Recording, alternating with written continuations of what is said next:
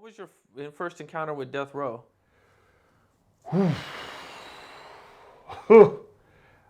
Source Awards, 1999 Source Awards. Man, you gotta realize that was at the end of an era. 3 years prior, Tupac and Biggie was killed in LA. And M had inherited Dr. Dre's beef by signing with Dre. M was now the prodigy of Dr. Dre. Dre left Death Row. Suge didn't like that. Dre getting back on. Got this white rapper that's ended up being the best rapper in the fucking world. Suge had a problem with it. He was like, you know what? That kid need to be with us over at Death Row. And that's how it began. We really didn't, honestly, we didn't see that coming, man. Because it was like, okay, if Eminem's a white kid, nobody looking for him. He ain't got nothing to do with the beef. Right. From Detroit. So when Death Row approached M at the 1999 Source Awards, the way they had it set up, the bodyguards could not sit with their artists. You had to stand off to the side. But the way they had it set up, they strategically had certain people sit with certain people, knowing that it might be a beef or not be a beef. You would think they would sit them on different sides of the auditorium, but they didn't. Right. So M was walking to his seat. I'm standing off to the side, and M was cut off on his way to his seat, and all these guys in red shirts surrounded him. And I'm looking at M's face, and I'm looking at these guys. I'm like, shit, something ain't right.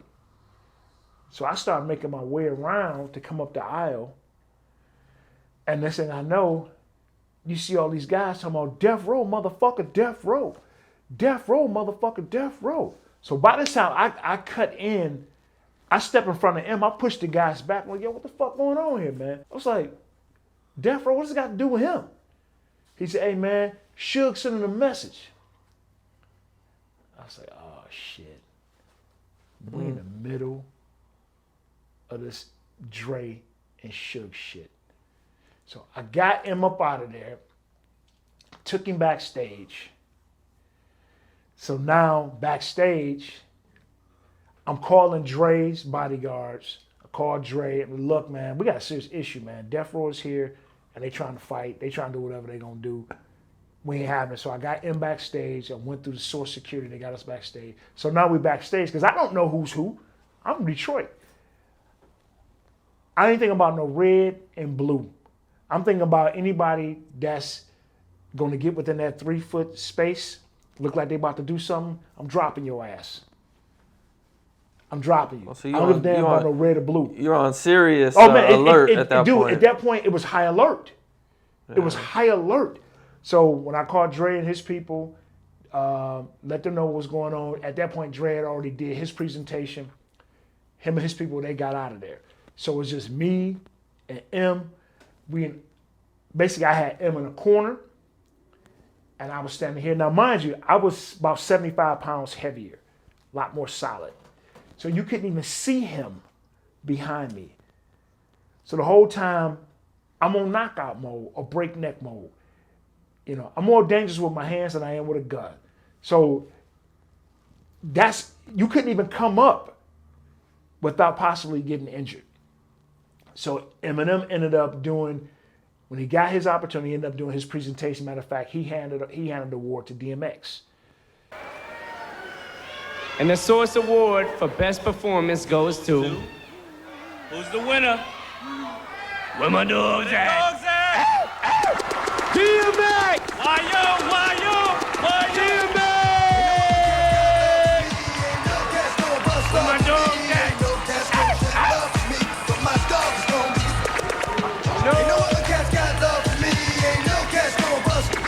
And then after that, we got out of there. We called the limo. This is where it gets fucked up. We called the limo. Death Row is still sitting out there waiting for us. Call the limo, tell the limo pull up. We'll be out in 5 minutes. The limo pulls up. We're trying to get to the seat of the crowd. We're coming out. The limo's pulling off as we're coming out. Death Row's behind us. So I'm like, shit.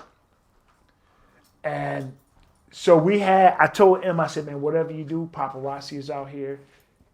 Take many autographs, do many autographs you can, do all the interviews that you can. I said, because these dudes are not going to do nothing to you while you're on camera. So if you go back and you look at the old footage, as he's doing interviews and autographs, you'll see him, and then you'll see the middle of my back. We're like back to back. Oh, there's footage of this. Oh yeah. Oh, okay. We're back to back to make sure that nobody do nothing. Then eventually the limo came back around. We all get in the car. We pull off. We get out of there. Man. What was Eminem saying during all this? He was like, man, shit. It was like, this motherfucker's trying to kill us, man. What they trying to do? What do they want? I don't understand. What do they want?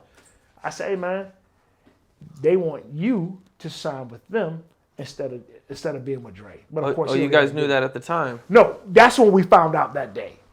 They told us that. With all this stuff going on, were you worried that Eminem was going to die on your watch? Shit, man, we were all worried, man, that something can happen to us on our watch, man. You got to understand something. I was under a lot of pressure, man. 3 years prior, Pac was killed. Biggie was killed. M could not die on my fucking watch, man. I don't give a damn what the other bodyguards have done after me. Had I not did my job, those bodyguards would be unemployed. And the one thing that I want to say that probably irritates me the most is that I'm not looking for no attaboys or credit, man, but people don't realize my contribution to hip-hop.